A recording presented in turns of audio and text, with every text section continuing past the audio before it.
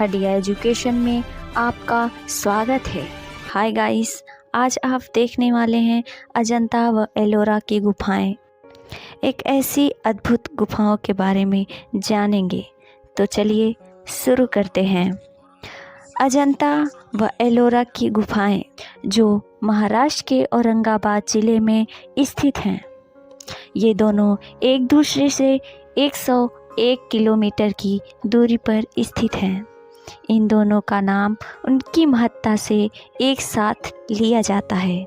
जिस गांव ने उनको ये नाम दिया था, उससे 5 किलोमीटर की दूरी में महाराष्ट्र की ऊंची चौरस भूमि में खोदी गई भूमि में गुफा श्रृंखला है। अजंता के नाम से पूरी दुनिया में विख्यात है।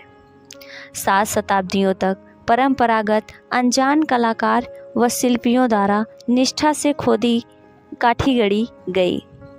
ये गुफाएं बौद्ध धर्म के अपूर्व उपासना रूप हैं। अजंता की गुफाएं नामहीन कलाकारों का शाश्वत अनंत उत्तरदान है। यहाँ 29 बौद्ध गुफाएं हैं। सह्याद्री पर्वत की एक शाखा में और अजंता की पहाड़ी श्रेणी में ये गुफाएं वाधोरी नदी के एक तरफ वक्र कनंदाओं में खोदी गई हैं। वास्तु कला के कलाकार इतने कुशल थे कि किन्हीं किन्हीं गुफाओं को 100 फीट तक खोदकर निकाला है। यहाँ के चित्रों का इतिहास काफ़ी लंबा और घटनापूर्ण है। समय के ढांचों को लगता है अनेक राजवंशों के बीच से होता ये चित्र पीढ़ी दर पीढ़ी कलाकारों द्वारा अनेक शताब्दियों तक बनाया गया था। गुफाओं की जो संख्या हमें अब मिलती है, वे काल क्रमानुसार नहीं थे। सुविधानुसार इनकी गणना रखी गई। अनेक प्राकृतिक स्थिति के मुताबिक भी अतः गुफा नंबर 9 और 10 सबसे पुरानी हैं। इनको बनाने में 400 साल का लंबा समय लगा। ईसा पूर्व 200 से लेकर के ईसा पूर्व 350 की शताब्दी में जोड़ा गया था। गुफा नंबर 4, 6, 11, 15, 16 और 17 350 व 500 शताब्दियों के बीच जोड़ी गई। अजंता की गुफाएं पैठन के उत्तर में 130 किलोमीटर की दूरी पर स्थित हैं।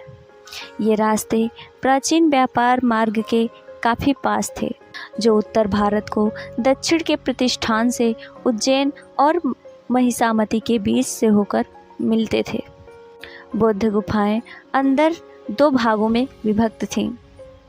एक विहार यामा स्थान जो काफ़ी सीधा साधा है, और दूसरा चैत्य कक्ष आराधना का स्थान अद्भुत मूर्तियों से सुसज्जित जो उनकी पूजा करते थे।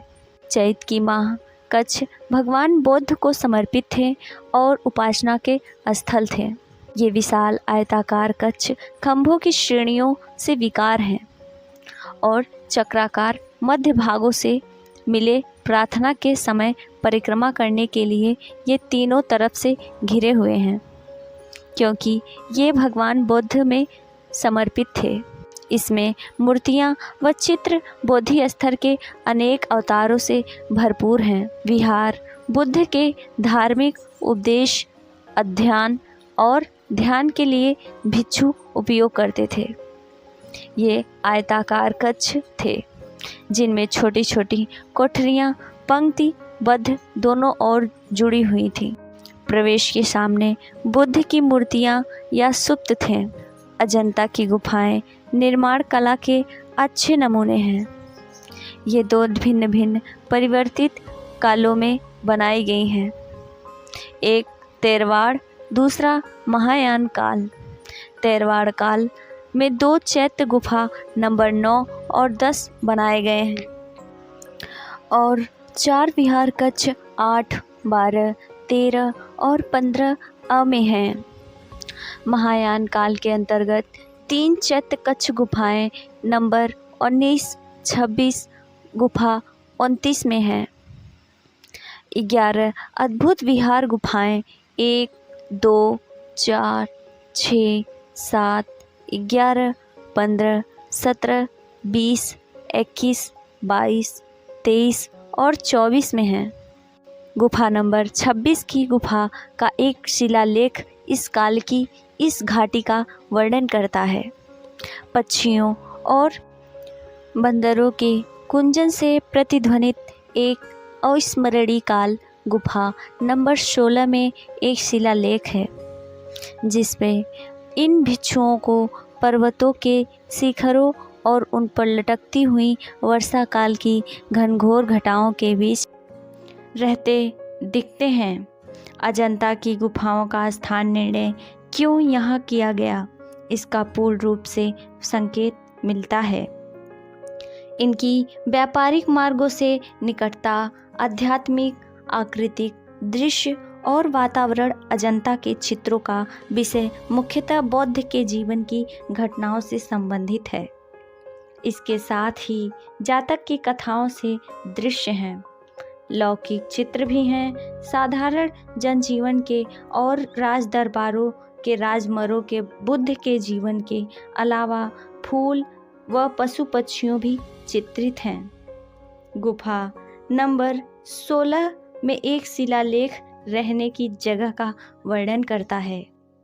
अलंकृत खिड़कियां, दरवाजे, मचान, इंद्र की सभा की अप्सराएं, नक्काशी से भरे खंभे व सीढ़ियां और अंदर आभूषित सजा हुआ बुद्ध का एक मंदिर। अजंता की गुफाओं का मुख्य उद्देश्य बुद्ध के आदेशों का प्रचार और उनकी जीवनी घटनाओं का वर्णन था। अजंता की इन गुफाओं से भिक्षुक कब निकल पड़े, इसका कोई स्पष्ट सबूत नहीं। तथापि ईसा के 9वीं सदी के ये विहार उपयोग में नहीं थे। अजंता की गुफाओं पुनः उपधारा की प्रतीक्षा में रही। पत्तियों की झुरमुर में छिपी ये गुफाएं मनुष्य की असावधानी के कारण समय के साथ उजड़ती अपने को पंचभूतों के हाथ सौंप चुकी थीं। शिल्पकला के अपूर्ण नमूने पूर्व जन्म को प्रतीक्षा में परोपकारी सूर्य किरणों के प्रकाश और पहचान की आशा में पड़े रहे। महाराष्ट्र की इस चौरस भूमि पर 1819 ईस्वी में जॉन स्मिथ और उनके कुछ अंग्रेजी साथी अक्सर मनोरंजन यात्रा के लिए आए थे। घाटी के उस पार हरी पत्तियों से घिरे पहाड़ों के बीच जलाशय युक्त वक्र ढालू रेखा सी दिखाई पड़ी। जानने की तीव्र इच्छा हुई। उन घने पत्तों के गुच्छों के बीच उन्होंने जो अतुल निधि देखी तो उनके कल्पना के बाहर थी। इस प्रकार शुरू हुई पुनर्जीवित अजंता नामक एक अद्भुत संसार की प्रसिद्ध घटना। ये है अजंता की गुफाएं। शिल्पकला के ये अद्भुत प्रमाण पत्थरों से गढ़े गए थे। श्रेष्ठ मंदिर सारे संसार में, एशिया में अग्रगामी प्रयास हैं। प्राकृतिक चट्टानों को खोदकर उसी के अंदर निर्माण करना ही पत्थरों में की गई वास्तु संकल्प कहलाता है। अनेक मंदिरों को आश्रय देने वाली प्राकृतिक गुफाओं में और इन गुफाओं में एक फर्क में अत्यंत परिश्रम, कठोर व ठोस पत्थरों की सतह पर तुलनीय रचना होती है। सामग्री व स्थान के अद्वितीयता के बावजूद अजंता गुफा निर्माण बने बाकी सेल्फियों के बीच भवन निर्माण कला की विधि में कोई फर्क नहीं दिखाया है। साधारण तौर पर लौकिक नीति के अनुसार ही बाहरी व अंदरी भाग भी है, अतः इनको एक स्थापना शैली नहीं कह सकते हैं। फिर भी ये असाधारण आवश्यक हैं। पथरीली वक्राकार श्रृंखलाओं का सामना करते इन कलाकारों को एक रूपरेखा बनानी पड़ी होगी। कल्पना व योजना बनाते समय पहली गुफा से आखिरी गुफा तक उस रूप रेखा का ध्यान में रखना पड़ा होगा।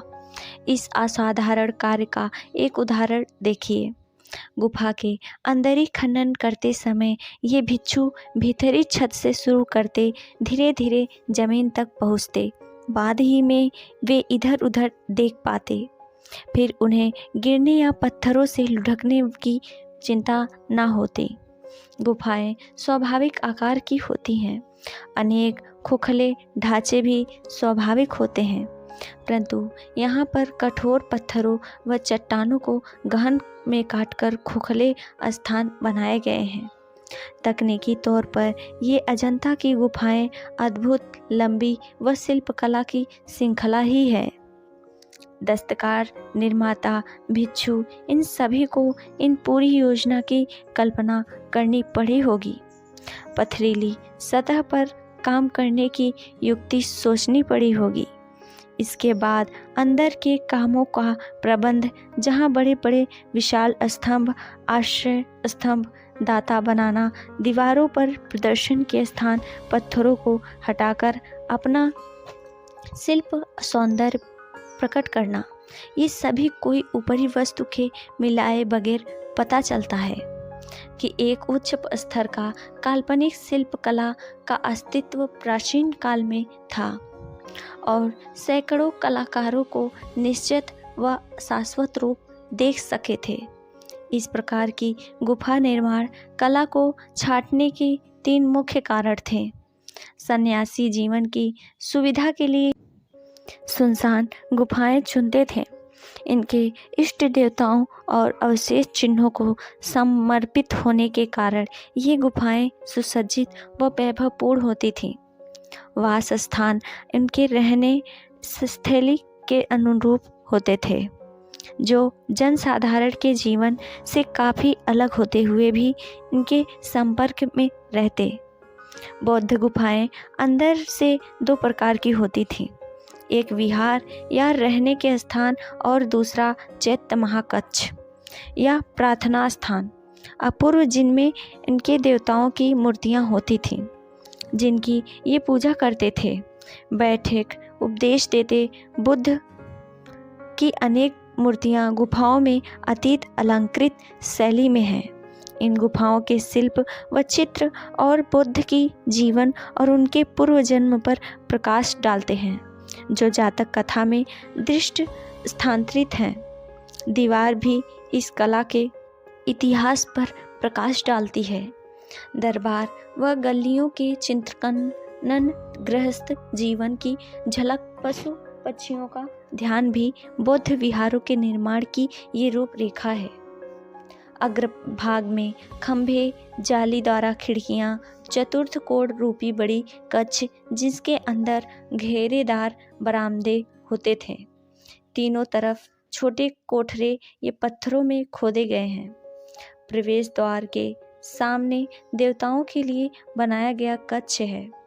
बुद्ध के पूर्वजों की कथाओं से पूर्ण है, जिनमें हम जातक कथा के नाम से विख्यात हैं।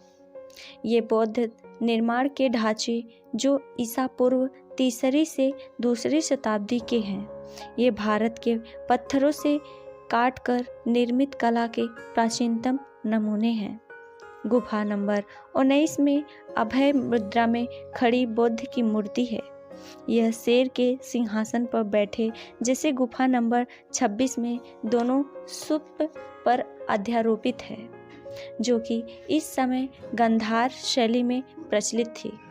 गुफा नंबर 26 में एक अन्य जगह पर बुद्ध की महानता के अनुरूप एक विशाल काय की मूर्ति है, जिसमें बुद्ध का महापरिनिर्वाण या उनका देहावसान चित्रित है। गुफा नंबर 6 में मंदिर के दरवाजे तक बुद्ध की मूर्ति के अलावा अनेक प्रतिरूप भी हैं, जिनमें एक अभय मुद्रा या रक्षक की आकृति में है।